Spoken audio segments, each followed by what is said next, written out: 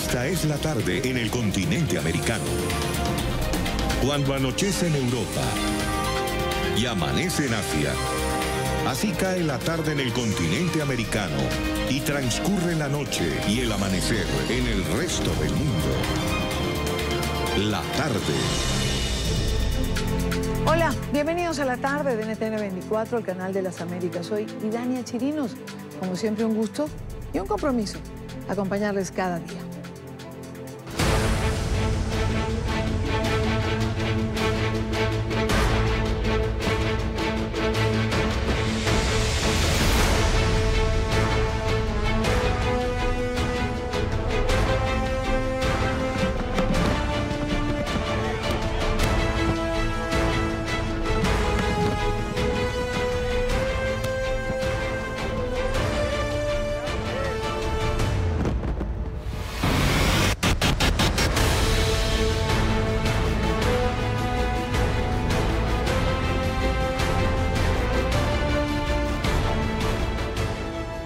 Comenzamos en Venezuela, en Caracas, la capital, donde colectivos afectos al régimen de Nicolás Maduro dispararon el día de hoy contra vehículos donde iba la comitiva del presidente interino Juan Guaidó rumbo a la sede de la Asamblea Nacional para liderar una nueva sesión en el Parlamento. Miren ese video que tienen en pantalla en este momento, mírenlo con detenimiento. Es el momento en que el vehículo es atacado por los colectivos chavistas, que rompen los vidrios de la camioneta donde viajaban, como les digo, los diputados opositores. Esto ha sido calificado dentro y fuera de Venezuela como una nueva emboscada en contra de los diputados de la asamblea que preside Juan Guaidó. En esta oportunidad, con más violencia, en esta oportunidad, con presencia mucho más numerosa, como lo muestran las imágenes de los colectivos que, hay que decirlo de alguna manera, hace un rato no veíamos en tan alto número en la calle como lo hemos visto el día de hoy.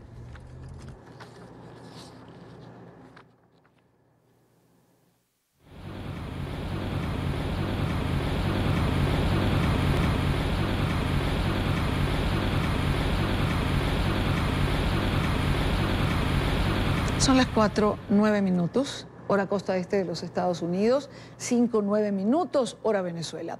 Luis Laya, uno de nuestros periodistas en Caracas, preparó un recuento de lo que hoy ocurría en Caracas, en torno a la Asamblea Nacional y a la presencia de los colectivos que, como decíamos, dispararon contra la comitiva de Juan Guaidó. Luis.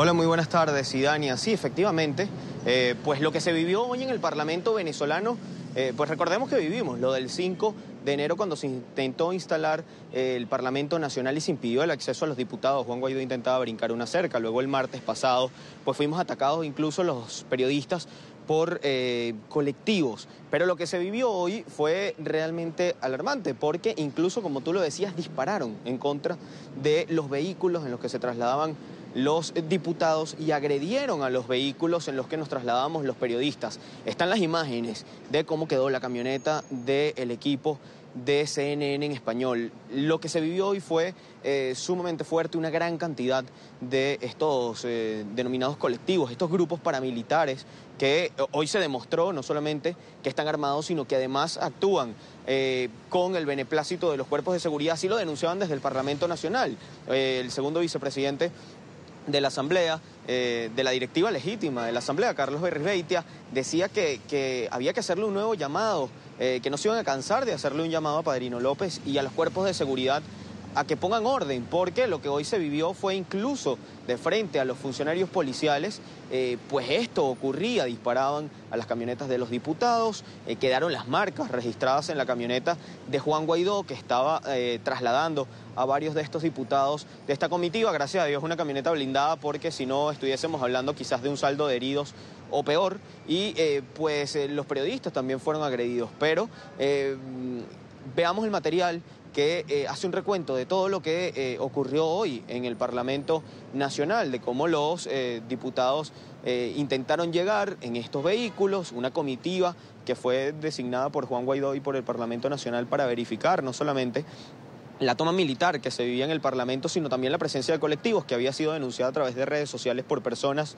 que estaban en los alrededores y que ellos fueron a verificar, y yendo a verificar en compañía de medios de comunicación que nos acercamos porque, bueno, la noticia del día de hoy era la sesión de la Asamblea. Veamos lo que pasó, veamos el siguiente material que es un recuento de cómo fueron agredidas las camionetas en las que se acercaban. Veamos. Así fueron atacados por grupos paramilitares los vehículos en los que se trasladaba una comisión de diputados a constatar si continuaba la toma militar del Parlamento. No fue que tomaron militarmente, sino que conformaron una emboscada a parlamentarios, prensa libre, al presidente del Parlamento, al presidente encargado, a los vehículos donde se trasladaban cada uno de nuestros, una emboscada. Incluso le dispararon a los vehículos, lo que califican como un atentado contra sus vidas. En primer término atacaron a golpes, piedras, palos, tubos, la camioneta, y luego nos dispararon. Dispararon directamente al carro del presidente Guaidó. Evidentemente se trató de un atentado. Pareciera que estaba todo dispuesto para que lográramos pasar 2 o 3 puntos de control para luego ser emboscados mucho más adelante. La sorpresa nuestra es que cuando hay un piquete de la Policía Nacional Bolivariana que está justo enfrente de nosotros, se abre de pronto y lo que sale de atrás son paramilitares armados. Denuncian que hubo complicidad de los cuerpos de seguridad, quienes no actuaron para evitar la violencia. Amparado por las Fuerzas Armadas venezolanas, por el DIGESIN, por el SEBIN, nos dejaron llegar casi al palacio porque tenían una emboscada con más de 200 paramilitares, terroristas. También fueron agredidos los periodistas que cubrían el intento de llegar a la Asamblea. Golpes y amenazas con armas estuvieron a la orden del día. Además, así quedó la camioneta en la que se trasladaba el equipo de CNN, luego de ser atacado por un grupo irregular. Yo iba en una moto y siento que me agarran por el morral y me tumban al piso, un hombre, y empieza, o sea, yo trato, o sea, me jalaba por el morral para quitarme el bolso, y bueno, yo cerré los brazos. Esto es parte de lo que se vivió el día de hoy. Posteriormente, los diputados, tal como lo establece el Reglamento de Interior y de Debates, y lo mencionaba incluso el diputado Carlos Prosperi en este material que hemos realizado, tuvieron que sesionar, en este caso en el Anfiteatro de Latillo, al este de la ciudad de Caracas, en el cual pues acondicionaron para una sesión del Parlamento Nacional y se debatieron, entre otros temas, la celebración del Día del Maestro en Venezuela. Ellos señalan que se lleva a cabo el día de hoy, ellos señalan que no hay nada que celebrar, hablaban un poco del tema del salario, de la crisis, y por supuesto hicieron referencia a los hechos de violencia pues que se generaron durante el día de hoy cuando intentaban ir al Parlamento. Idania. Luis, ¿los diputados siguen reunidos, siguieron en sesión?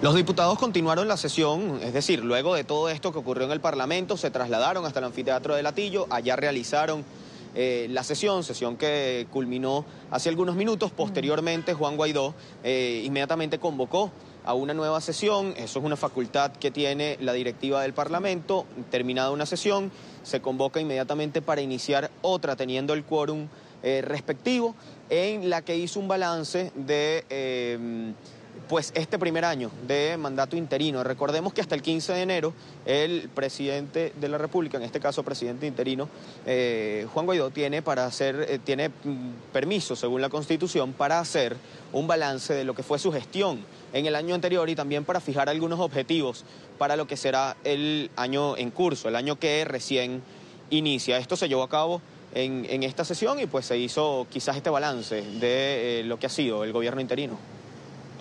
Gracias, Luis, gracias por la información, gracias por la síntesis, por el resumen de lo que hoy ha ocurrido allí en Caracas alrededor de la Asamblea Nacional. Recordemos que Guaidó, el presidente interino, había convocado a sesión dentro del Parlamento, pero el día de ayer Maduro le había pedido, Nicolás Maduro, al presidente de la Asamblea Constituyente, a Diosdado Cabello, que permanecieran en sesión permanente allí en la Asamblea Nacional. Así que pareciera pues que este pugilato, como lo calificábamos ayer, va a continuar en los próximos días. Gracias a Luis Laya, son las 4:16 minutos, hora costa este de los Estados Unidos. Continuamos. José Guerra es diputado de Primero Justicia. Está en los Estados Unidos, nos concede un par de minutos antes de ingresar a una reunión. Diputado, bienvenido, buena tarde. Le pregunto, ¿cómo ve esta situación a corto y largo plazo? Bueno, hoy los miembros del Congreso venezolano, diputados electos por el pueblo, fueron objeto de una emboscada de unas bandas paramilitares en Venezuela llamados colectivos, que con armas de fuego y con garrotes, hierros y otros objetos contundentes agredieron no solamente los vehículos, los destruyeron, también les dispararon, hubo tiros para tratar de asesinar a algunos diputados. Afortunadamente no pasó de mayores. También esas bandas paramilitares, porque son bandas paramilitares, agredieron a los maestros. Hoy es el Día del Maestro en Venezuela, se celebra el Día del Maestro, y esos maestros iban a acompañar a la sesión de la Asamblea Nacional. Bueno, rodearon al Congreso conjuntamente con las fuerzas militares y policiales. Entonces, una acción triple de bandas paramilitares, elementos de la Guardia Nacional y la Policía Nacional Bolivariana actuando en conjunto para evitar que Juan Guaidó y los diputados sesionen en su lugar de trabajo, que es el Palacio Federal. Bueno, esto es un espectáculo que está dando la vuelta al mundo, pero denuncia la represión y el cerco militar que tiene el régimen de Maduro, porque le tiene terror a que la Asamblea Nacional pueda sesionar y pueda funcionar normalmente en Venezuela. Hoy el Congreso venezolano está militarizado. Ahora, diputado Guerra, estas presiones evidentemente van a continuar con el riesgo de que pueda salirse la situación de las manos. Ahora, ¿cómo puede el presidente encargado, es decir, continuar luchando contra la represión, el presidente, los parlamentarios? Bueno, nos acabamos de reunir de una manera muy importante con una comisión bipartidista del Partido Republicano y del Partido Demócrata por el estado de la Florida para explicar lo que estaba pasando en Venezuela hoy, esta agresión, esta emboscada que sufrieron los diputados de Venezuela, y contamos con la solidaridad tanto del Partido Republicano como de los diputados del Partido Demócrata. Y también hablamos allí de dos temas importantes. Primero, la destrucción del medio ambiente que está teniendo lugar en el estado Bolívar con el arco minero, que están desolando el pulmón vegetal más importante de Sudamérica, que es la Amazonía, la fuente de agua más importante que tiene Sudamérica, que pasa por Venezuela, la están acabando para explotar oro de manera muy contaminante. Y lo otro es el papel de Rusia en la ayuda al régimen y a la dictadura de Venezuela. Hemos hablado con ellos para explorar la forma en que se puede detener esta cooperación criminal que hay entre Rusia y el régimen de Maduro para evitar las sanciones a través de uso de barcos de banderas de otras nacionalidades con el objeto de extraer petróleo venezolano y otros minerales. Y también el tema del oro. Este es un oro de sangre. Esto lo están extrayendo, acabando con el medio ambiente, y esa desolación del medio ambiente se transforma en barras de oro que van luego a Turquía, a Rusia, y se transforman en euros que llegan a Venezuela posteriormente a favorecer el régimen. Nosotros estamos de acuerdo en que se aumente la presión para siempre con el objetivo de buscar una salida política a la crisis venezolana. Nosotros queremos elecciones libres, que el pueblo venezolano y América Latina entienda, y el mundo, que lo que queremos es el derecho a votar, queremos el derecho a elegir nuestro presidente, que hoy no lo tenemos, en unas elecciones limpias, transparentes, democráticas, donde un ciudadano se iguala un voto. Eso es lo que queremos nosotros. Gracias, diputado Guerra, gracias por estar con nosotros. José Guerra, por el Partido Primero Justicia, gracias por estos minutos en NTN 24. Gracias.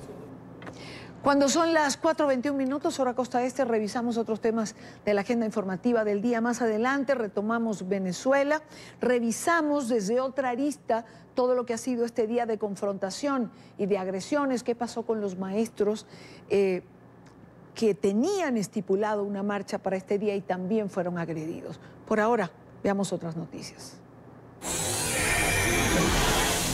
Es noticia la renuncia en bloque de todo el gabinete del primer ministro ruso, Dmitry Medvedev. La dimisión que ha sido presentada al presidente Vladimir Putin ocurre después de que el jefe del Kremlin pidiera revisar los actuales protocolos para la designación del Ejecutivo en un discurso el miércoles ante el Parlamento. Putin, que en 2019 cumplió 20 años desde que llegó al poder, agradeció a Medvedev por su labor. ¿Cómo están las cosas en este momento? De acuerdo con los artículos 111 y 112 de la Constitución, el presidente solo recibe el acuerdo de la Cámara Baja para nombrar al primer ministro ruso. Luego nombra tanto al jefe del gabinete como sus diputados y todos los ministros. Propongo cambiar este procedimiento y confiar a la Cámara Baja no solo el acuerdo, sino que confirme la candidatura del primer ministro de la Federación de Rusia. Lo que estaría detrás sería una maniobra para extender su permanencia en el poder. Eso es lo que dicen los analistas de la situación rusa. Es noticia el Consejo General del Poder Judicial, que salió en defensa de la justicia española, luego de ser blanco de críticas por parte del vicepresidente del gobierno, Pablo Iglesias, por las sentencias emitidas contra los independentistas catalanes. La instancia judicial ha explicado que sobre este órgano solo existen dos pronunciamientos definitivos en el Tribunal de Justicia de la Unión Europea y lo que ordena el Tribunal Europeo de Derechos Humanos.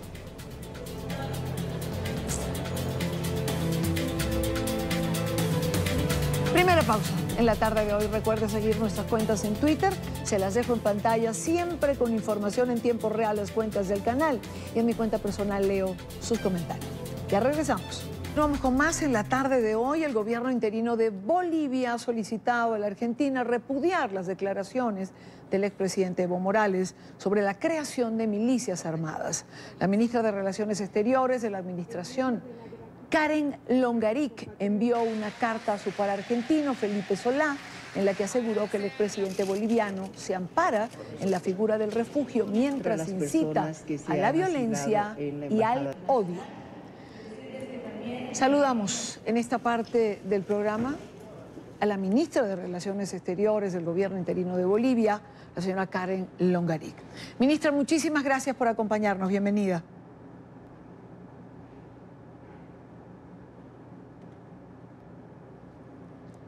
Ministra, ¿me escucha?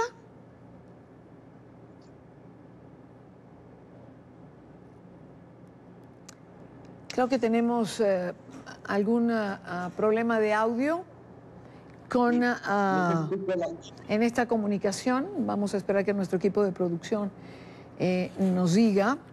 Ya. Señora Canciller, ¿me escucha? Sí, yo la escucho muy bien. Buenas tardes, gracias por acompañarnos, gracias por estar aquí. No, gracias a usted por la entrevista. ¿Alguna respuesta del gobierno de Argentina?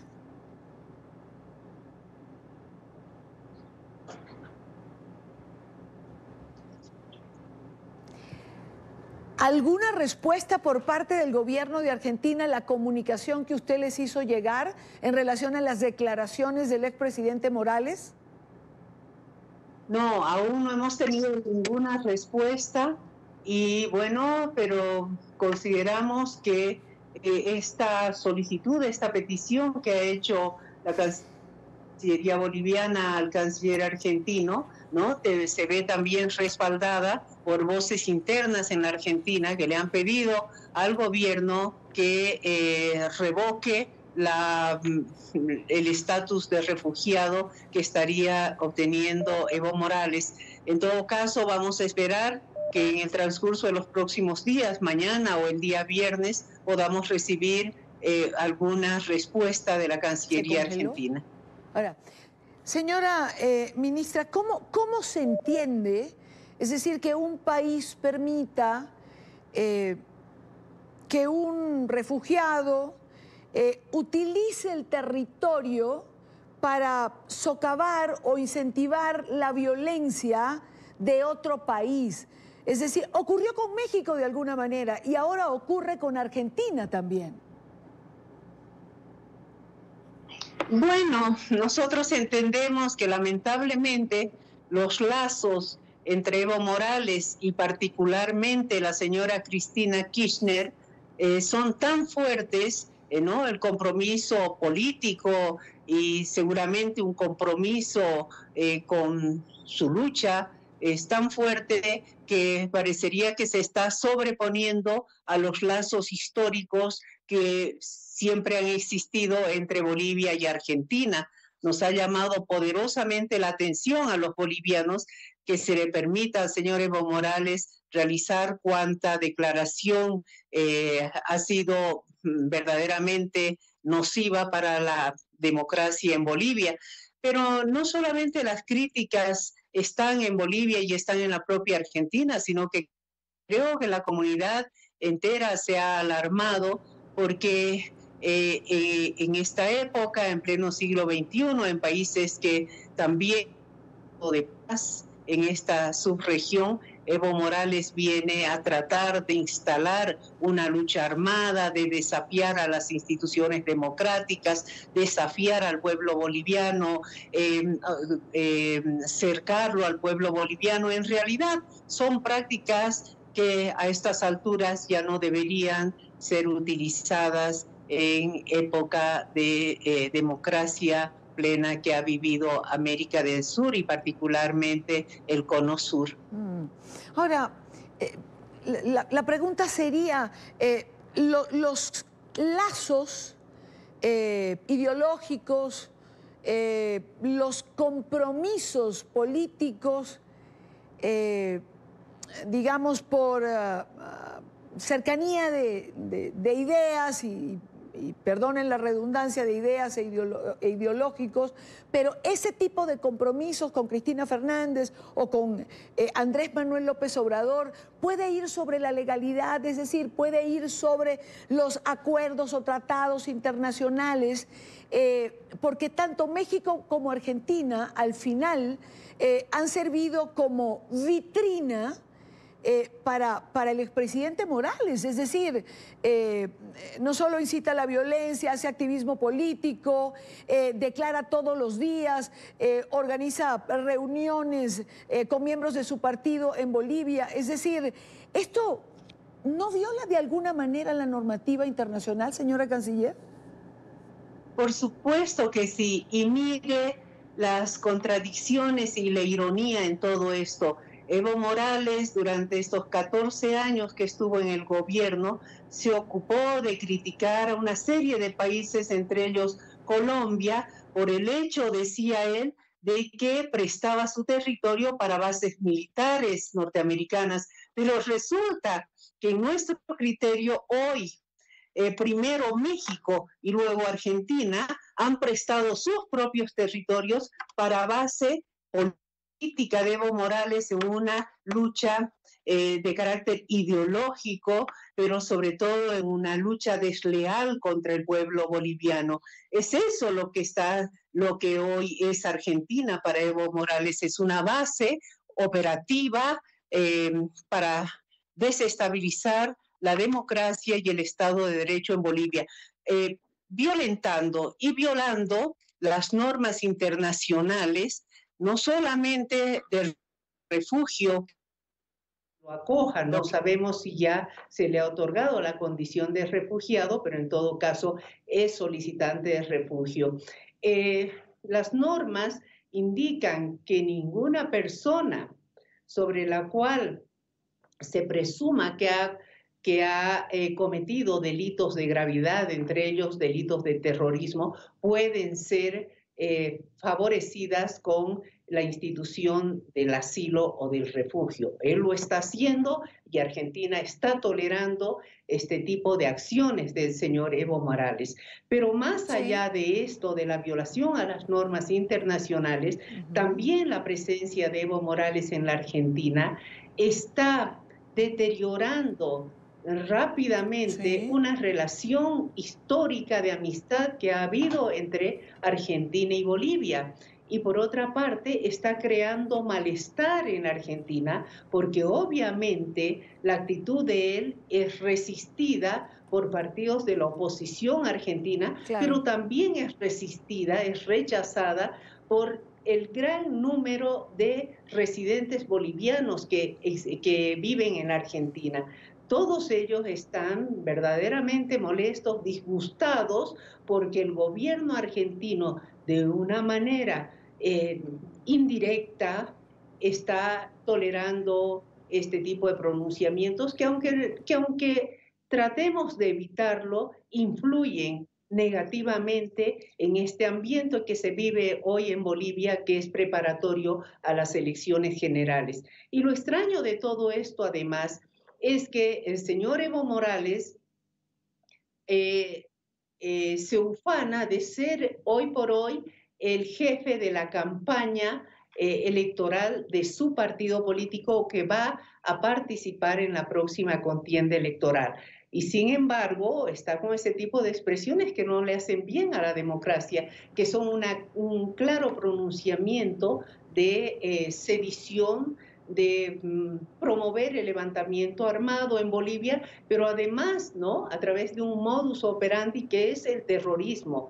No se puede catalogar como otra figura, sino como terrorismo, todo lo que el señor Evo Morales está haciendo desde que salió de territorio boliviano, camino a territorio mexicano y hoy en territorio argentino. Señora Canciller, hoy la Embajada de México en Bolivia reportó fuerte movilización policial en los alrededores. A través de redes sociales, la Embajada advirtió que había agentes en patrullas, motocicletas, que se ubicaban al exterior de la sede diplomática donde están refugiados políticos del gobierno del expresidente Morales. ¿Persisten las denuncias hechas por ustedes sobre intenciones de fuga de funcionarios allí refugiados o a qué obedece esto? Mire, hoy en la mañana, luego de que circularon estas imágenes por las redes sociales, yo hablé con el ministro de Gobierno, Arturo Murillo, y le manifesté la inquietud que tenía en la embajada por ese movimiento numeroso que habían de fuerzas policiales.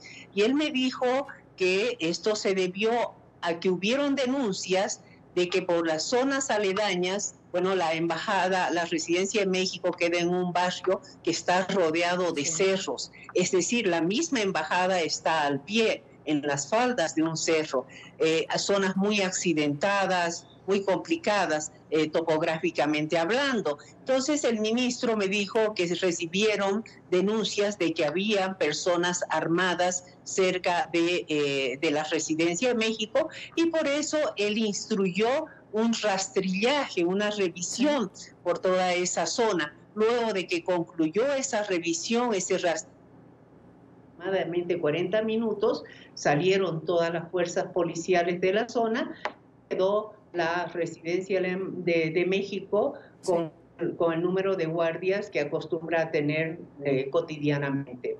Este fue algo excepcional. Se produjo ante una denuncia porque los vecinos y el pueblo en general, créame, están preocupados por una eventual fuga de estas personas. Ya excede muchas veces a la voluntad del mismo Poder Ejecutivo, todos los pronunciamientos que la población hace contra algunos de los asilados que están en la residencia de México. Y por otra parte, tal como yo le manifesté al embajador mexicano, este es un tema que además ya recae en la competencia del Poder Judicial, del Ministerio Público. Son poderes del Estado diferentes. Es el Poder Judicial el que ha expedido las órdenes de aprehensión. Y claro, el Poder Ejecutivo lo que tiene que hacer es evitar que estas personas fuguen. Pero bueno, ya son disposiciones que obedecen a otro poder del Estado. Es Karen Longaric, la ministra de Relaciones Exteriores de Bolivia. Me dice nuestro equipo de producción, ¿no me escucha la ministra ahora? Por favor, tratemos de retomar la llamada, que tengo varias preguntas, la estoy viendo en cámara, pero ella creo que no me puede escuchar. Retomemos la llamada porque es importante aclarar varios puntos más. Creo que puedo... mientras logramos reconectarla, A recapitular un poco, ¿no?, de lo que decía la canciller Longaric, la ministra de Relaciones Exteriores de este gobierno interino. En términos muy concretos decía que terrorismo, que no había otra manera de calificar las actividades del expresidente Evo Morales desde que había salido de Bolivia, primero hacia México y luego hacia la Argentina.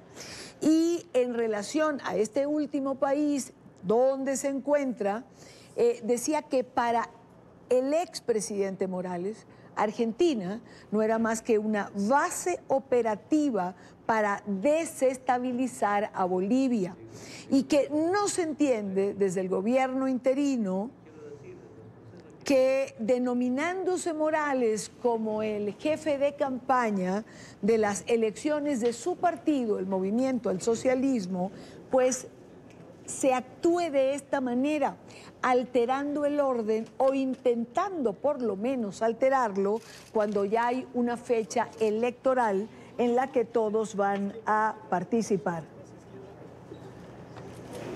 Tengo lamentablemente problemas de comunicación en este momento con Bolivia. Es importante volver a retomarla.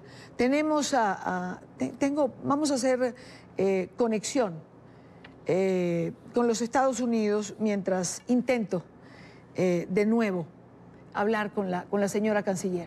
Son las 4:44 minutos, hora costa este de los Estados Unidos. La líder demócrata de la Cámara de Representantes, Nancy Pelosi, anunció en horas de la mañana los nombres de los legisladores que actuarán como fiscales en el juicio político contra el presidente Donald Trump. Este miércoles también se realizará la votación para enviar los artículos del proceso de impeachment al Senado. Emiliana Molina tiene más información. Emiliana, buena tarde para ti. Y Dania, ¿qué tal? Muy buenas tardes. Pues estamos en este momento aquí en el Capitolio en Washington y de hecho, como mencionabas, pues ya tenemos los resultados de esa votación, de esa resolución que ya aprueban enviar esos artículos al Senado. Son 228 votos a favor y 193 en contra. ¿Qué se aprueba con esta resolución? No solo enviar esos dos artículos a la Cámara Alta de obstrucción al Congreso y de abuso de poder de parte del mandatario estadounidense Donald Trump, sino también que aprueban los 7 fiscales que designó Nancy Pelosi el día de hoy para ser quienes llevan a cabo estas acusaciones en contra del presidente una vez inicie el juicio político en el Senado, y también aprueban los fondos que se van a utilizar para llevar a cabo estas gestiones. Entre los fiscales están Adam Schiff, el presidente del Comité de Inteligencia, también Jerry Nadler, presidente del Comité Judicial, Zoe Lofgren, quien estuvo durante el juicio político de Bill Clinton y también de Richard Nixon, Hakeem Jeffries, Jason Crow, Val Demings y Silvia García. Si lo comparamos con los fiscales que se eligieron durante la era de Bill Clinton, en ese entonces eran unos 13 fiscales, todos hombres blancos. Así que el día de hoy Nancy Pelosi tomó la decisión de irse por un elenco más diverso. El tiempo ha revelado muchas cosas. El tiempo ha sido nuestro amigo en todo esto, porque ha revelado evidencia incriminatoria, más verdad al dominio público. Esto se trata sobre la Constitución de los Estados Unidos.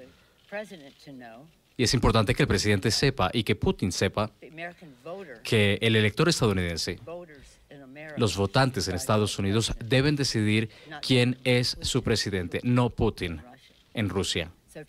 Entonces, hoy me enorgullece presentar a los fiscales que llevarán el caso y en los que tenemos mucha confianza en enjuiciar. Bueno, para ser exactos, en noviembre entró el primer migrante hondureño a tierras guatemaltecas y desde esa época pues todas las personas centroamericanas que intenten llegar a Estados Unidos están siendo enviadas a Guatemala. Esto marca una importancia diferente porque en las caravanas anteriores pues el gobierno, al no tener este tipo de acuerdos, al no ser pues un cerco para los migrantes, los dejó pasar hasta México. Sin embargo, con el acuerdo del tercer país seguro, Guatemala estaría comprometida a no dejar pasar a los migrantes, a no dejarlos llegar a México, incluso de retenerlos en la frontera si fuera necesario. Este es un cambio importante, además de el cambio de las nuevas autoridades. El canciller Pedro Brolo, el nuevo canciller, no se ha pronunciado al respecto de esta caravana. Sin embargo, ya han existido diferentes reuniones bilaterales. Incluso esta mañana hubo una reunión con México en la cual se hablaba de hacer inversiones precisamente para que los migrantes no pudieran pasar y no pudieran traspasar estas líneas. Entonces, todos estos acuerdos y todas estas nuevas resoluciones, se prevé que estas caravanas no sea tan fácil su paso por Guatemala como en las caravanas anteriores. Este sería uno de los cambios más importantes. Como decíamos, los cancilleres tomaron posesión anoche a altas horas de la noche, hay que mencionarlo, pues las primeras acciones estaríamos esperando que resuelvan y que se pronuncien respecto a esta caravana que estaría entrando en los próximos días, dependiendo de cómo se estén transportando las personas hondureñas hacia nuestro país. Claro. Ahora, Carol, cuando hablamos de estos cambios, de que el ingreso a Guatemala quizás no sea tan fácil, quizás no esté permitido, es inevitable pensar que implica tema de orden público, porque de alguna manera va a ser así. Van a tener que controlar con fuerza y ya esto genera una situación complicada. Sí, las primeras caravanas que entraron a Guatemala entraron completamente libres, no había policía dentro o digamos en las fronteras.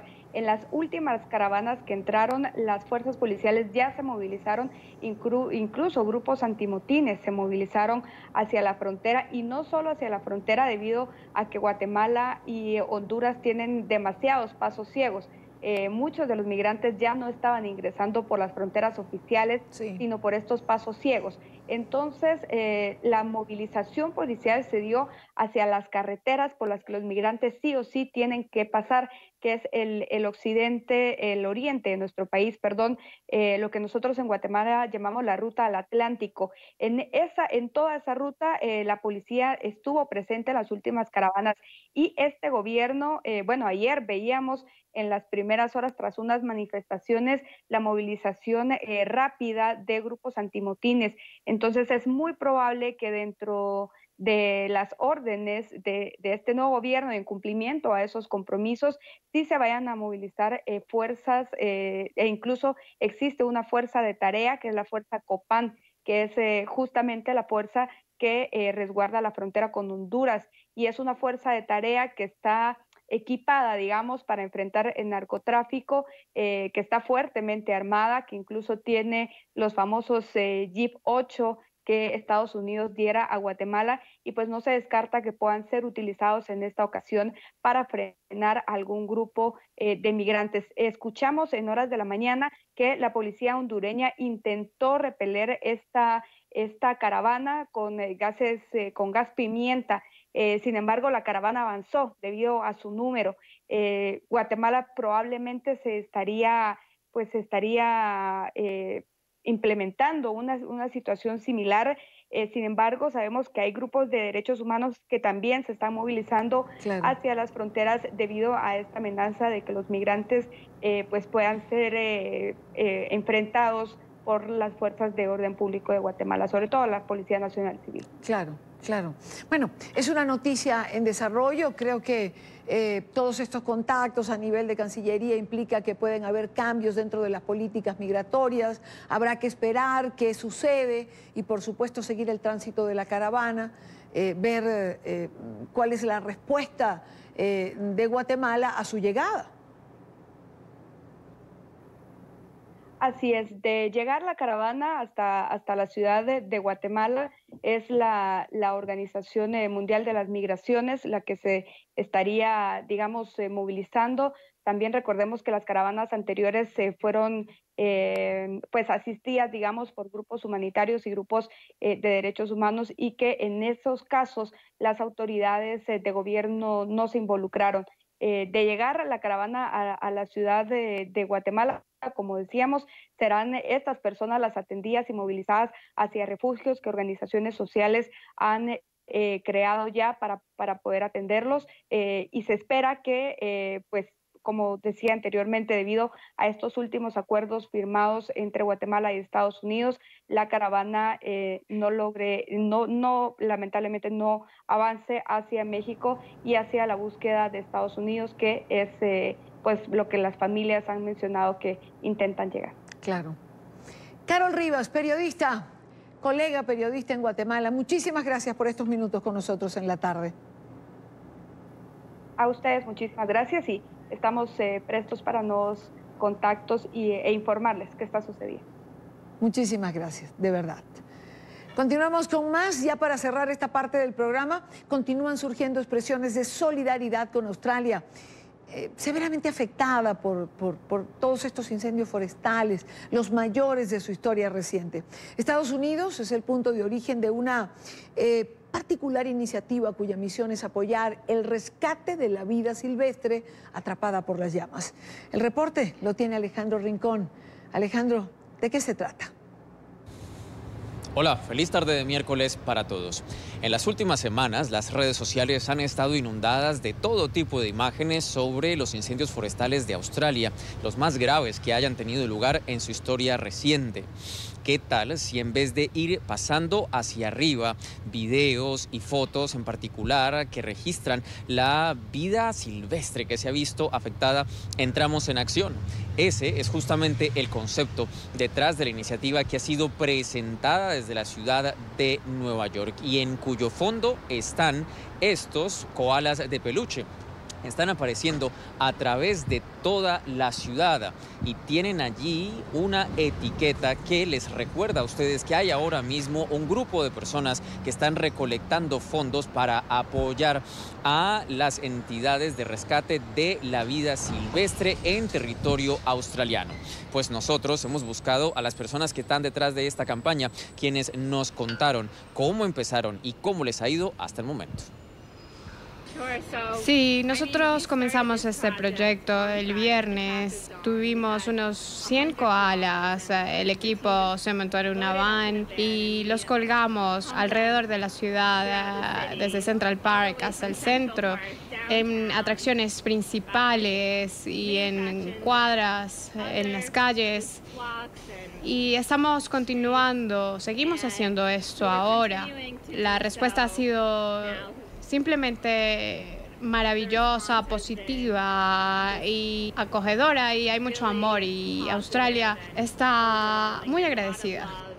El mecanismo de funcionamiento de la campaña es muy sencillo. Cuando ustedes llegan y encuentran estos koalas, toman su teléfono móvil y registran un código que les permite acceder a una página web de recolección de fondos que ya ha estado activa durante los últimos 5 días por lo menos y que ha recolectado más de $10,000. Otra de las personas detrás de esta estrategia nos contó por cuánto tiempo más buscan seguir llamando la atención del público para entrar en acción y salvar la vida silvestre en Australia. Porque la respuesta ha sido tan increíble, hemos ido a otras ciudades en el mundo. Así que vamos a continuar creando conciencia y vamos a mostrar eso a las personas en la ciudad y veremos qué pasa. Les comparto una percepción personal. Una cosa es ver videos y fotografías en redes sociales y otra muy distinta es tener a un koala de peluche enfrente. Impacta verdaderamente e invita a la acción. Si usted está interesado en saber más de cómo hacer para ayudar en particular a aquellos que están dándolo todo para rescatar la vida silvestre en Australia, la página web es koalasofnyc.com y también pueden encontrarlos en Instagram, @koalasofnyc.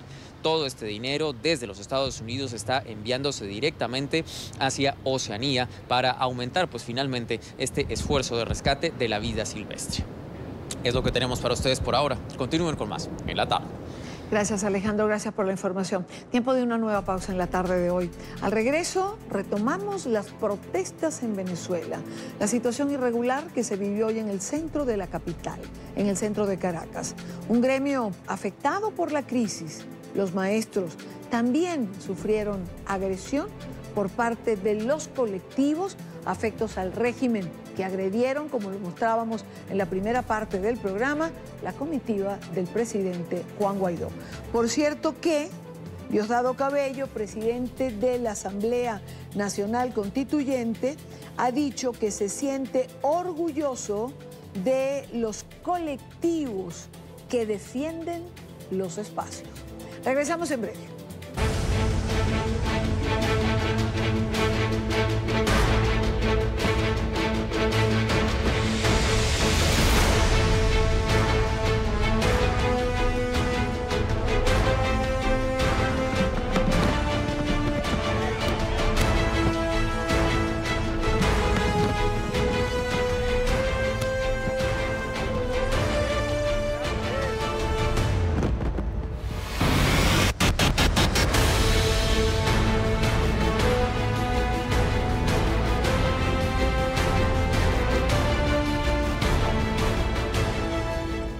Estas son las imágenes que presentábamos en la primera parte del programa y que resumen lo que pasaba hoy en Caracas, en la capital de Venezuela, alrededor de la Asamblea Nacional. En esos vehículos iba el presidente interino Juan Guaidó e iba la comitiva de varios diputados que se dirigían a la Asamblea. Uno de ellos, Carlos Prosperi, jefe de la fracción Por la Unidad. Precisamente está con nosotros en este momento. Diputado, bienvenido. Gracias por estar aquí. ¿Qué ocurrió? ¿Por qué veíamos la violencia y la presencia de los colectivos el día de hoy? Por cierto, en un número bastante importante. Pero no, en efecto, lo primero que tenemos que decir es que desde tempranas horas manejábamos la información de que estaba militarizado el Palacio Federal Legislativo. Alrededor de unos 2.000 funcionarios estaban ahí. Nos informaban que no solo era la Guardia Nacional, sino la Policía Nacional Bolivariana, que había funcionarios del Ejército. Tuvimos una larga reunión previo a tomar la decisión de ir a constatar lo que estaba sucediendo en el Palacio Federal Legislativo. Nos habían dicho que estaba un grupo de paramilitares, mal llamados colectivos, en las adyacencias del Palacio Federal. Nosotros tomamos la decisión de que fuese una comisión encabezada por mi persona como jefe de la fracción. Me acompañaba el segundo vicepresidente de la Asamblea Nacional, el diputado Carlos Berrisbeitia, y la diputada Delta Solórzano, conjuntamente con el secretario de la Cámara, Ángelo Palmeri, y decidimos ir. Mientras íbamos, que nos iban acompañando, por cierto, los medios de comunicación, logramos observar que nos iban abriendo el paso en las diferentes alcabales. En lo que llegamos cerca de 2 cuadras o cuadra y media del Palacio Federal Legislativo, vimos como ante la mirada complaciente de los órganos de seguridad del Estado, dejaban que avanzaran una serie de paramilitares, donde empezaron a lanzar objetos contundentes. Logramos desviar a través de los choferes de una de las camionetas donde íbamos, que por cierto es la camioneta, el carro de nuestro presidente Juan Guaidó. En lo que bajamos a las adyacencias del Consejo Nacional Electoral, vimos cómo venía otra turba, era una emboscada que tenían montada. Logramos acceder a través de una plaza, de la plaza Diego Ibarra, ir hacia las adyacencias de donde está el Palacio de Justicia o los tribunales de Caracas. Ahí empezamos a oír unas detonaciones, empezamos a ver personas con objetos contundentes, palos, piedras, intentando voltear inclusive la camioneta en la cual nos dirigíamos. Logramos, gracias a Dios y a muchísimas personas que lograron ver lo que estaba pasando y abrirnos espacio, avanzar y lograr salir de esta situación. De verdad que algo que rechazamos, que deploramos y que una vez más queda en una evidencia que hay un determinado sector que lo que quiere es robarse e impedir que siga sesionando el Palacio Federal Legislativo y sobre todo la Asamblea Nacional. ¿Llegaron a disparar contra los vehículos? Sí, mira, ahí están los audios, hicieron varias detonaciones. La camioneta de nuestro presidente Juan Guaidó, que para que tengamos una idea es un blindaje nivel 5, uno de los vidrios laterales fue totalmente dañado. O sea, esa es la mejor evidencia que era un disparo. Ahí las fotos, en las condiciones que quedó la camioneta. En el vidrio trasero, doble vidrio, uno de los vidrios sí como con un tubo, partieron el vidrio de atrás. Y eso hoy nosotros lo debemos condenar y decir que lo que hemos venido diciendo durante muchísimos años, que aquí hay un grupo de paramilitares que se han armado, hoy intentan atacar la caravana presidencial y donde íbamos nosotros, porque el presidente nos había enviado una comisión a constatar lo que estaba pasando en el Palacio Federal Legislativo. Ahora, esto indica, diputado Prosperi, que esta confrontación no va a cesar, es decir, esto va a ser una batalla campal cada vez que el presidente Guaidó convoque a sesión dentro de las instalaciones del Parlamento. Bueno, es probable que eso suceda. Fíjate que nosotros debemos empezar por retomar lo que ha venido pasando en este año 2020, ¿no? El día 5, cuando íbamos a la instalación de la sesión, del periodo anual de sesiones, nos conseguimos con una militarización del Palacio como nunca antes habíamos visto, con más de 4 alcabalas o puntos de control, donde en cada uno nos iban pidiendo las credenciales, donde tenían listas si uno tenía allanada o no la inmunidad parlamentaria, si uno estaba siendo perseguido, y así sucesivamente para poder llegar al Palacio Federal. Nosotros debemos decir que este día se violó esto que está acá, que es el reglamento de interior y de debate de la Asamblea Nacional, o se intentó en primer inicio violar el reglamento. Por ahí decían que hay una directiva encabezada por un diputado disidente de la Alternativa del Cambio, como es el diputado Parra, que ellos se estaban apegando al reglamento de interior y de debate y citaban el artículo 3. Pero es importante que las personas que nos ven y nos escuchan hoy sepan que el artículo 3 del reglamento de interior y de debate lo que señala explícitamente es que el inicio del periodo constitucional de la Asamblea Nacional lo instala el diputado de mayor edad. Pero el artículo 11 del propio reglamento establece que el año siguiente a la instalación del periodo anual, quien funge de director de debate es el presidente en funciones. En este caso es Juan Guaidó. Por ende, ellos trataron de pisotear lo que estaba ahí. Nosotros tomamos la decisión, de acuerdo a lo que establece nuestro propio reglamento de la Asamblea Nacional de Interior y de Debate, apegarnos al artículo 27, numeral 3, dentro de las competencias del presidente, sesionar el numeral 3 fuera del Palacio Federal Legislativo. Por eso sesionamos dentro del Nacional, donde se solicitó la verificación del quórum, donde se hizo la votación nominal, donde cada diputado se parara, dijera presente, voto por Juan Guaidó, por Juan Pablo Guanipa y por Carlos Eduardo Berrizbeite, igualito con el secretario y con el subsecretario. A pesar de eso, convocamos sesión para el martes 7, fuimos al Palacio Federal Legislativo, una vez más hubo una militarización del Palacio donde era mucho menor, donde intentaron impedirnos el ingreso, y bueno, vimos lo que logró ver el mundo y Venezuela, intentamos entrar con muchísima más fuerza, logramos sesionar dentro del Palacio Federal Legislativo, nos apagaron el audio, el sonido, a pesar de eso estuvimos ahí.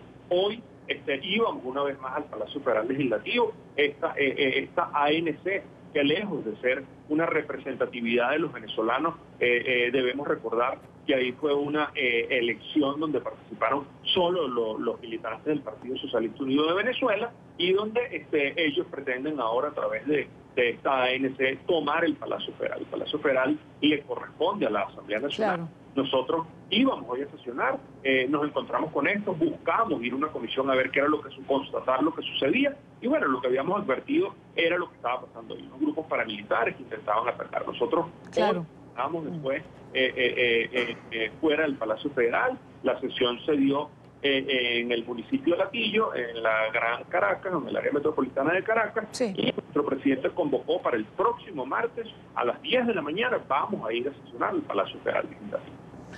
Carlos Prosperi, diputado, jefe de la fracción por la Unidad, muchísimas gracias por acompañarnos. No, gracias a ustedes por la invitación, a las personas que nos ven, que nos escuchan. Aquí estamos. Y la Asamblea Nacional, y esto más de 100 diputados, no solo estamos en un hemiciclo protocolar. Esto es un sentimiento de un país entero que quiere un cambio y que vamos a seguir luchando por la Venezuela de progreso. Así es. Buena tarde para usted. Son las 6:26 en Caracas. Hoy en Venezuela se está celebrando el Día del Maestro. La protesta de los educadores que salieron a las calles para exigir un salario digno fue asediada por simpatizantes del régimen que agredieron también a varios periodistas que realizaban la cobertura de la manifestación. En Caracas, nuestro periodista Luis Gonzalo Pérez cubrió esta otra, al final, esta protesta que estaba cercana al área donde se desarrollaba también todo lo que ocurría en la asamblea. Luis, buena tarde para ti. Dania, efectivamente en Venezuela se celebra hoy el Día del Educador. Mientras los medios dábamos cobertura a lo que era una protesta de este gremio en el centro de Caracas que exigían reivindicaciones salariales y hasta una mejor calidad de vida, grupos afectos al régimen madurista decidieron agredirnos e intentar robarnos. Veamos. No tenemos remuneración justa, como lo cita el artículo 91 y el artículo 87 de la Constitución dice también el derecho a huelga. Todos los 15 de enero en Venezuela se resalta la labor de quien desde pequeños nos educa e inculca valores, pero los maestros venezolanos vienen luchando una dura batalla contra la crisis en el país. Porque el sueldo no les alcanza y la educación es de pésima calidad. La educación es una educación totalmente ideologizada que favorece al gobierno colocando maestros que no son maestros. La chamba juvenil no son maestros. Con velos negros, las maestras hicieron la representación de la muerte, a donde dicen que el régimen ha llevado a la tumba el sistema educacional de Venezuela. Nosotros vamos a salir de este luto. Esto no va a ser para toda la vida. Así que aquí estamos, dando la cara. Los docentes, aquí estamos, en representación de la educación y los futuros niños que van a ser unos profesionales en manos de nosotros. Transcurría la protesta de manera pacífica, los cuerpos de seguridad del Estado abandonaron el lugar y comenzaron a llegar grupos paramilitares afectos al régimen madurista, quienes con heces fecales esparcieron sobre los maestros y medios de comunicación. La situación empeoró y estos grupos colectivos agredieron a los trabajadores de la prensa quienes dábamos cobertura. Con golpes y robos nos corrieron de la zona, violando así el derecho a la información y libertad de expresión. Déjalo quieto. Corre.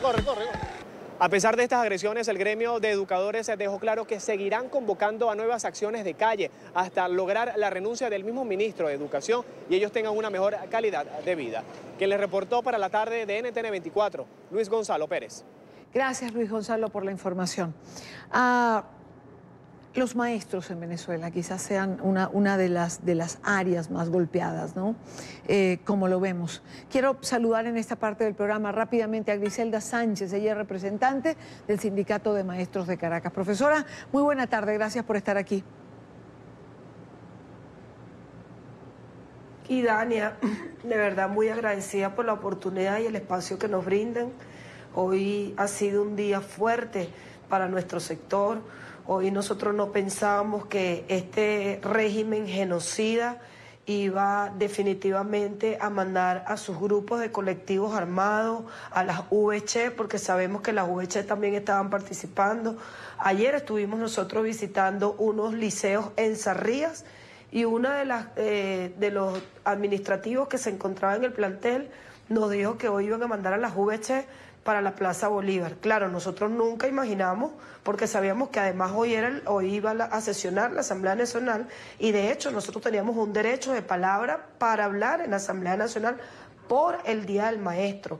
Hoy, de verdad, con mucha tristeza vimos y además preocupación cómo este régimen genocida definitivamente se quita la máscara, arremete contra un grupo de trabajadores de la educación, muchas mujeres, porque tengo que decir, y Dania, que nuestro gremio 80% es femenino.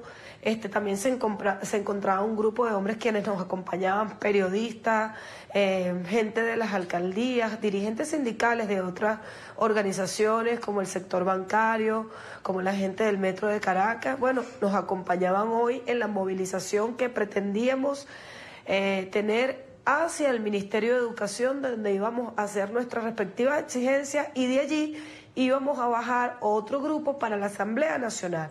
Bueno, nada de esto, o sea, esta agenda no lo pudimos cumplir. Vimos cómo en medio de una canción que veníamos desarrollando, donde decíamos, Aristóbulo, eres el responsable de la debacle de la educación, donde con pancartas expresábamos que el mayor apagón que tiene hoy Venezuela es la educación y que nosotros no estamos luchando solamente por el tema contractual o porque estamos exigiendo que se nos cancelen dólares. Nosotros también estamos luchando por la reivindicación de nuestros jóvenes, de nuestros estudiantes, quienes hoy no pueden ir a las escuelas porque no tienen cómo cancelar un pasaje, porque no tienen alimentos, porque muchos están en manos de sus abuelos, porque a los padres les ha tocado migrar muchos venezolanos en Colombia, allá en nuestro país vecino, que salen caminando desesperados buscando la forma pues de poder alimentar a sus hijos. Es por eso que nosotros hoy nos movimos, hoy nos vestimos con camisas negras, porque dijimos que bueno, parte de la consigna es así como están las escuelas apagadas, así está el magisterio, está de luto porque los jóvenes hoy no tienen su ticket estudiantil, está de luto porque los docentes de educación física, de matemática, de química, de física, de castellano, han abandonado las aulas, está de luto porque se cercena el derecho a la protesta pacífica, porque se cercena el derecho a la educación democrática. Vemos cómo las escuelas se están cayendo, pero hay afiches de Chávez por todos lados, violando así el artículo 12 de nuestra ley orgánica de educación. Vemos cómo además directores, que son personas que no tienen la formación y la preparación académica para ocupar estos cargos, están hoy al mando del frente de direcciones de planteles y que definitivamente no le brindan respuesta a estos centros, ya que bueno, no cumplen con lo que establece el reglamento del ejercicio de la profesión docente, que permite pues que se retome la meritocracia y que se abran los concursos para que pues las personas que están más calificadas pues sean estas las encargadas de dirigir la educación en el país. Es por eso, Idania, que nosotros hoy salimos en Caracas y en algunas regiones del país a alzar nuestra voz de lucha, a decirle a nuestros compañeros educadores y a la sociedad civil que todos debemos sumarnos a la protesta del gremio, porque definitivamente sin educación no hay presente ni futuro para nadie, Dani. Es por eso que nosotros denunciamos hoy a Aristóbulo Isturi, denunciamos a Nicolás Maduro por el desastre que hicieron, donde robaron a nuestras maestras, le quitaron el teléfono a 3 profesoras. Además de eso nos tiraron orines, a una profesora le echaron, a varios nos echaron eso, o sea, orines con ese, y de verdad que el olor era que hasta la cabeza nos dolía porque el olor era una cosa insoportable. A mí me bañaron toda, aparte del equipo, a uno de los periodistas de aquí, todo eso. Claro. Ahora, Griselda, ¿tiene esto solución? Hasta huevo, Idania, nos echaron, o sea, huevo. ¿Sabes que aquí el huevo? Ajá. Claro, entiendo. Bueno, con lo que cuesta hoy en día un cartón de huevos en Venezuela, que es simplemente incomparable.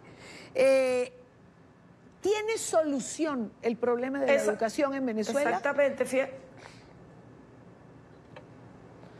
Con este régimen es imposible, Idania. Claro. Con este régimen no hay solución. Con este régimen no hay solución ni para el sector educación ni para salud. Aquí no hay solución para nadie. Aquí nosotros vemos cómo hay una guerra campal entre el gobierno, el régimen y nosotros los trabajadores. Hay una guerra, o sea, ellos pretenden, ya no solamente quieren abolir el tema salarial, ya ellos prácticamente quieren disparar contra los que decidimos salir a la calle, salir a protestar, los que conocemos las vías democráticas, para entonces nosotros poder debilitar a este régimen que definitivamente no tiene la mínima intención de generar unas políticas públicas educativas que permitan el ingreso de nuestros jóvenes a los planteles. Es por eso que hemos salido muchísimas veces, y Dania, quiero decirte, tenemos 1 año y 3 meses en la calle exigiendo reivindicaciones de nuestros jóvenes, reivindicaciones de nuestro gremio.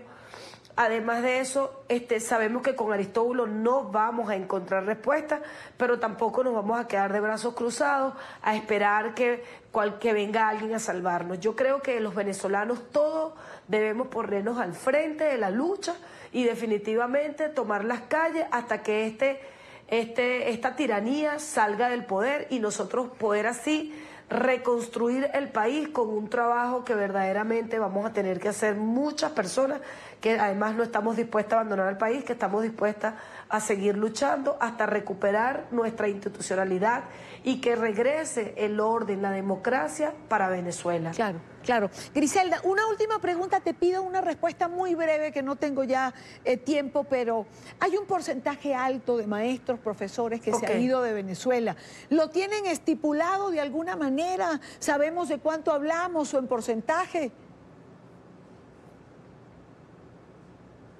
Sí, hoy el 40% de los educadores se han oído del país o han abandonado la educación, han abandonado la carrera. Claro. Muchos de los educadores que se han ido han pasado la renuncia, otros no.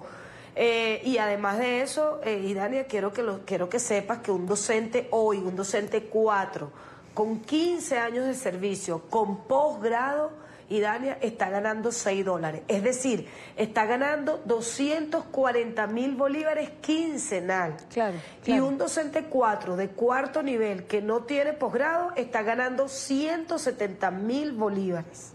Eso es lo que hoy tenemos, una gran diáspora de educadores, el 40% se ha ido y escuelas vacías.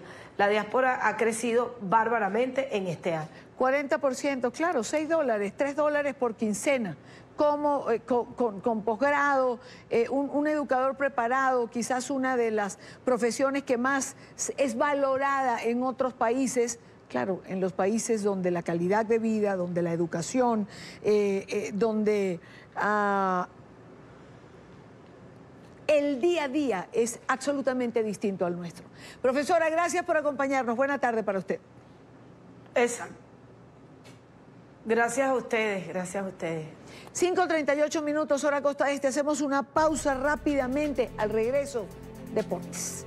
Alfonso Gonzo estará con nosotros, está aquí en el estudio. Muchos temas para hablar, sobre todo toda esta polémica que existe en torno al caso de dopaje de Robert Farah, que ha sido hoy, digamos, noticia de primera plana. Regresamos en breve, ya estamos aquí. Aprovechemos el tiempo en esta parte, que es poco. Alfonso Moreno, periodista de nuestra Teledeportes, está con nosotros en este momento. Gonzo, bienvenido. Buena tarde para ti. Dani, tiempo sin verla. ¿Todavía aplica el feliz año o no la veías? Claro, te aplica el feliz año porque no nos Miles habíamos de bendiciones visto. para usted y para el programa, que siempre estamos pendientes de lo que pasa en la tarde. Gracias, gracias, Gonzo, y para todos los que nos ven. ¿Qué pasa? ¿Qué pasa con el señor Farah? ¿Cuál es el problema que se ha presentado? ¿Qué es lo que hay detrás de esto? Vamos a resumirlo de una manera rápida porque tampoco hay mucho tiempo. Le encontraron en una prueba que se le hizo en su ciudad, en Cali, en Colombia, unas trazas de una sustancia llamada boldenona. Ah, bueno, y hay que decir a nuestra audiencia internacional, no todo el mundo tiene por qué saber quién es Robert Farah. Exactamente. Robert Farah es el doble campeón en pareja de 2 Grand Slam el año pasado. Uno de ellos, el Abierto de Estados Unidos, y el otro el de Wimbledon. Son la pareja junto a Cabal, Juan Sebastián Cabal, los número 1 del mundo. Son colombianos los dos, por eso la importancia de esta noticia, porque el mundo del tenis está, digamos, trastornado. 2 figuras de pronto no van a estar juntas en los próximos Juegos Olímpicos y se suponía que iban a pelear medalla en el tenis por parejas. Claro. Entonces ahora sí vamos a lo que pasó. Le encontraron en un examen que le hicieron en su tierra, en Cali, en Colombia, hace unos meses, una sustancia llamada boldenona. ¿Qué es la boldenona? Es una anabolizante, por llamarlo así, esteroide anabolizante que le inyectan a las vacas, al ganado bovino, al ganado vacuno, para que crezca antes de ser sacrificado y se convierta en nuestro churrasco o bistec en un plato de comida. Se lo encontraron a él. Una semana antes le habían hecho una prueba en Shanghái porque estaba compitiendo en Shanghái. Llevaba más de 30 pruebas hasta el momento antidopaje y todas habían salido negativas. Pero en esa prueba salió positiva por esa sustancia. ¿Qué aduce el deportista? Dice que se comió un pedazo de carne en un plato típico de su familia, que es de ascendencia libanesa, si no estoy mal. Creo que se comió una shawarma y allí la carne estaba contaminada, tenía rastros de esa sustancia. Eso aduce el deportista. ¿Qué dicen las muestras médicas de la prueba antidopaje? Que esa sustancia está en el organismo de él. Por ende está en este momento 30 suspendido. pruebas sin encontrar absolutamente nada y porque en una prueba le encuentran algo, ¿puede ser suspendido?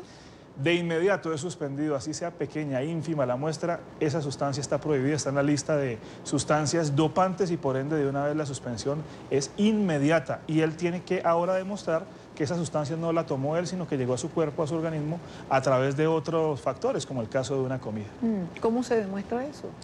Es ahí donde tiene que él ir a otro estudio externo por una agencia o por un organismo que esté avalado por la AMA, que es la Agencia Mundial Antidopaje, pero ya no lo va a pagar ni la AMA, ni el gobierno, ni ninguna institución. Lo tiene que pagar él de su propia cuenta. Estamos hablando de unos 500.000 pesos colombianos. Eso es más o menos, si mi cambio no falla, unos 150.000 dólares. Más o menos lo que tiene que pagar el señor Robert Farah para ir y demostrar que él no consumió esa sustancia. Igual va a ser suspendido. Lo que pasa es que si él no demuestra que es inocente, se va a llevar 4 años de suspensión. Si él demuestra que es inocente, se la rebajarán por lo menos a 6 meses o 1 año. Claro, aunque 6 meses, 1 año, el señor Farah pierde varias competiciones importantes que hay en ese tiempo. La más importante de todos los Juegos Olímpicos, le siguen los Grand Slam. Ahorita, por ejemplo, iba a arrancar el Australian Open. Él era una de las grandes estrellas colombianas y suramericanas para ese torneo. No va a poder estar. Su compañero Juan Sebastián Cabal ya hoy buscó pareja, número 175 del mundo, un español. Como si fuera tan fácil eso. Exactamente, eso no es tan sencillo. Eso es casi como que uno pierde a la esposa o al marido, sí, y entonces tiene que buscar un suplente rápido. ¿Cómo así? O sea, exactamente. 24, 48, 72 horas. No es tan simple. Es decir, algo que implica sincronización de movimientos en una cancha donde están absolutamente coordinados en un juego. No es fácil. Exactamente, ese es el tema. Y Colombia obviamente está triste porque es que nadie había ganado en ese país 2 Grand Slam, así fueran dobles. Y esta vez los 2 jugadores colombianos estaban llevando la ilusión de conseguir medallas olímpicas para ese país que en tenis nunca ha logrado una medalla olímpica. Ahora pasó de ser un ídolo a estar en tela de juicio. Igual en Colombia todo el mundo, digamos que confía en él. Lleva más de 20 años de carrera, nunca ha dado positivo en ningún examen, tiene 32 años. No creo que uno a los 32 años, casi que llegando a su etapa última de deportista, se ponga a buscar en una sustancia prohibida mejorar su rendimiento. Bueno, uno tiene que asumir que va a pagar el costo del examen, porque por lo menos el nombre, su carrera, el futuro, lo que ha hecho hasta ahora no puede quedar en entredicho. ¿Qué dice el abogado? Entiendo que usted tenía algo. Dice el abogado, vamos a escuchar al abogado a ver qué dice justamente el tema del señor Robert Farah, el colombiano que está en este momento suspendido hasta el momento. Vamos a ver si pueden probar esa inocencia del colombiano. Es un dopaje claramente involuntario, donde el deportista muchas veces ni sabe qué es lo que ocurre. La mayoría de deportistas compiten de manera limpia. La idea es mirar qué ocurrió en el momento en que, pues, los días antes a la recogida de muestra y empezar a hacer a construir una defensa basados en esos iniciales indicios de lo que puede haber ocurrido. Triste circunstancia, Alfonso. Legalmente tiene el recurso de la apelación, que es lo que decía el abogado, y empezar a montar toda esta defensa. Ya son términos legales y temas legales que se sale de lo deportivo. Lo importante es que nosotros los colombianos, porque me incluyo, creemos en la inocencia de Farah. Ahora está en él demostrar que es inocente. El problema es que ese proceso fácilmente le puede demorar de 6 meses a 1 año. Yo creo que los Juegos Olímpicos están muy lejos. Además, él es uno de los 8 implicados por este tema en Colombia. Otros 7 deportistas están ahí implicados por esta misma sustancia. Hace año y unos meses, el Instituto Colombiano Agropecuario había sacado un comunicado diciendo, y un estudio diciendo que de 4 muestras de carne vacuna, 1 estaba infectada con esta sustancia llamada boldenona. Fácilmente pudo haber ingresado a su organismo por comer un pedazo de carne. Por eso yo no como carne, así que no tendré boldenona. Pero fíjese que ya hay deportistas veganos. He escuchado esta mañana algo sobre eso. No nos quedó tiempo de hablar de otras cosas que tengo pendientes, así que la próxima semana espero que tengamos más tiempo para poder hablar con Gonzo de varios temas que están allí y que tienen que ver con el fútbol. Pero hoy definitivamente lo importante era esto. Ojalá se solucione. Por el bien de Farah, por el bien de Colombia, por el bien de los fans que le siguen alrededor del mundo y por el bien del deporte. Igual estamos pendientes de lo que pase con este caso y estaremos aquí en la tarde actualizando a la gente. Seguro. Última pausa en la tarde, regresamos. Llegamos al final de la tarde de hoy. Recuerden seguir nuestras cuentas en Twitter, siempre con información en tiempo real. En nuestra página web www.ntn24.com, la señal en vivo de nuestro canal y lo mejor de nuestras entrevistas. También en YouTube consigue usted parte de nuestra programación. Gracias por estar allí. Les espero mañana a la misma hora para compartir, debatir, analizar la agenda informativa de este día.